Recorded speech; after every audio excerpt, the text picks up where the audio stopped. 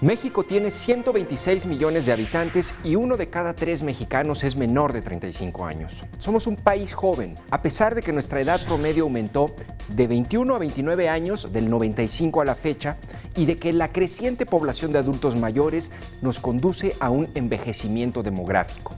Se prevé que para 2050 la población mayor de 60 años va a representar el 27% del país, cuando hoy apenas representa el 12%.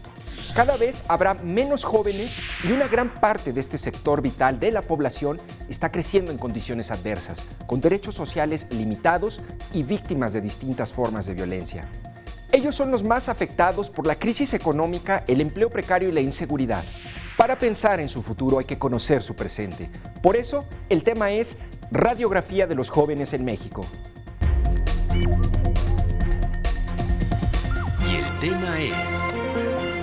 El joven promedio en México tiene 29 años. Es más probable que muera de un homicidio violento que en un accidente de tráfico o de alguna enfermedad. Su nivel de escolaridad llega hasta la preparatoria y cuando abandona la escuela lo hace generalmente en los primeros años de la secundaria. Las mujeres han decidido tener menos hijos. En los años 70 el promedio de hijos era de 6.8. Hoy es de 2.1 hijos por mujer y cada año desciende. Gana alrededor de 200 pesos diarios en un trabajo mayormente inestable o informal. El riesgo de que no alcance una pensión digna para vivir al retirarse es latente y apenas una reforma federal de gran calado, pero a largo plazo e insuficiente, podría darles a algunos un retiro mínimo digno. 7 de cada 10 trabajan o tienen alguna forma de empleo. En esta elección del 6 de junio, este joven representa a la tercera parte de los votantes. Sin embargo, solo la mitad irá a votar. Esto los ubica como el grupo con mayor abstención. De hecho, en las últimas 2 elecciones ha votado cada vez menos. Esto a pesar de que las políticas públicas y las decisiones de nuestros gobernantes los impactan más a ellos y a su futuro. Conociendo el historial de los jóvenes, estamos pensando que no tienen ninguna, por lo menos hasta ahora que se les compruebe, tienen ninguna relación con el crimen organizado. Le voy a platicar quiénes eran los hermanos González Moreno. José Alberto González, de 29 años, estudiante del segundo semestre de la carrera de Geografía, trabajaba en la empresa Sanmina y fue chelista de la orquesta de la Universidad Autónoma de Guadalajara por aproximadamente 5 años. Luis Ángel, de 32 años, tocaba el violín, también estuvo en la orquesta de la Autónoma y acababa de abrir un negocio de serigrafía. Y Ana Karen, de 24 años, trabajaba en una empresa dedicada a colocar plástico en asientos de automóviles. Así que bueno, pues aparentemente sí puede ser posible que sea una confusión. Un joven enfrenta 3 opciones ante el crimen organizado: el miedo, la seducción por el dinero fácil o la eliminación, es decir, la muerte. Lo que los distingue es su potencial. Ellos son el país que queremos ser o el país que no seremos. Por eso cada vez que un joven pierde la vida a causa de la violencia, deja un vacío insustituible y una oportunidad perdida para México. Y son los menores de 35 años la mitad de todos nuestros muertos a causa de la violencia y el crimen. Este dato es para reflexionar. Los homicidios son la primera causa de muerte para aquellos entre 15 y 34 años. Después están los accidentes de tráfico. También 7 de cada 10 víctimas de desaparición en México tienen entre 15 y 30 años, según datos de la Comisión Nacional de Búsqueda de Personas Desaparecidas. La mayoría son hombres y solo la tercera parte mujeres. Como país, enfrentamos un proceso gradual de desposesión. Por culpa del crimen organizado y la respuesta insuficiente del Estado, perdemos como ciudadanos la seguridad, perdemos la tranquilidad y estamos perdiendo a nuestros jóvenes. En México nos están matando. ¿Cuántos estudiantes más estamos dispuestos a buscar? ¿Cuántas fosas comunes más estamos dispuestos a destapar? ¿Cuántos sueños más van a ser disueltos en nada? Con el proceso de globalización económica surgió un nuevo concepto de trabajo en donde las empresas privilegian su rendimiento económico sobre los derechos y bienestar de los trabajadores. Esta nueva forma de explotación legal tiene su expresión en el denominado empleo precario. Y quienes más lo padecen son quienes empiezan su vida laboral. La OIT define como trabajo precario la relación laboral en donde falta la seguridad del empleo, este elemento central del contrato de trabajo. En otras palabras, contratos temporales, sin prestaciones y con bajos salarios. En México, si tienes entre 20 y 29 años, percibes un salario promedio de 6,000 pesos mensuales. Pero además, este grupo en México ha sido el más afectado por la crisis económica derivada de la pandemia. El año pasado, 440,000 estudiantes perdieron su empleo formal y no lograron recuperarlo. Esto es prácticamente la mitad de todos los empleos perdidos en 2020. Para las mujeres es más difícil si consideramos la brecha salarial con sueldos inferiores a los varones por el mismo trabajo. En México, la tercera parte de las mujeres jefas de familia tienen menos de 34 años.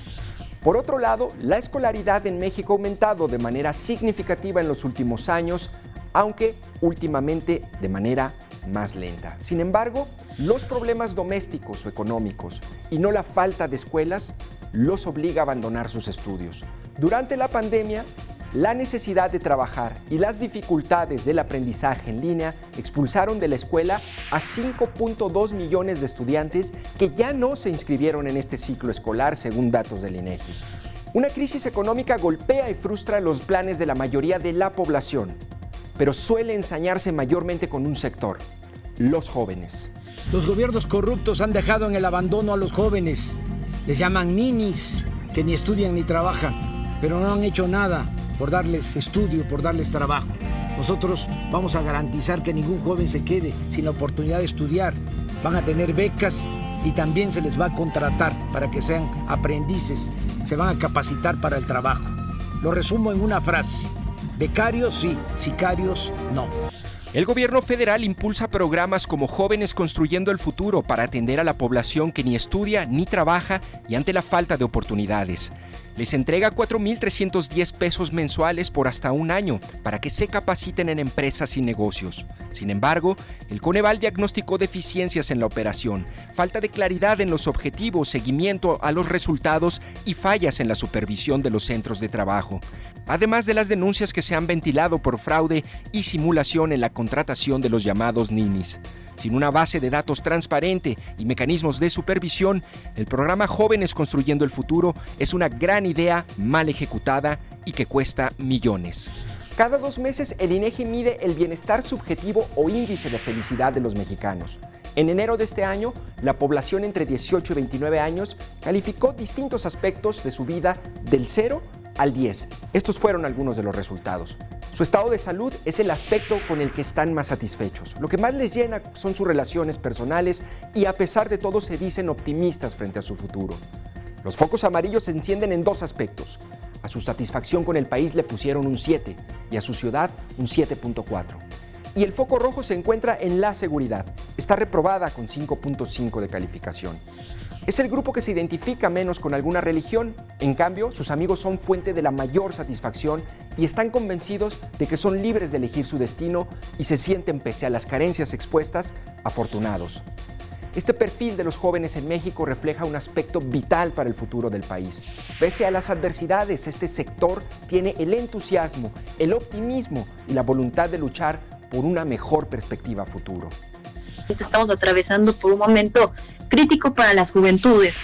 Parecería que ahora, en este momento político que atraviesa el país, lo viejo, las viejas formas no han terminado de morir y las nuevas no han terminado de nacer. En este momento todavía existen muchas personas en el poder, ¿no? Ocupando espacios, y lo veremos quizá así muchísimos años, pero que están tomando decisiones que tal vez a ellos ya no les tocará vivir, y nos tocará vivir más a nosotras, a nosotros.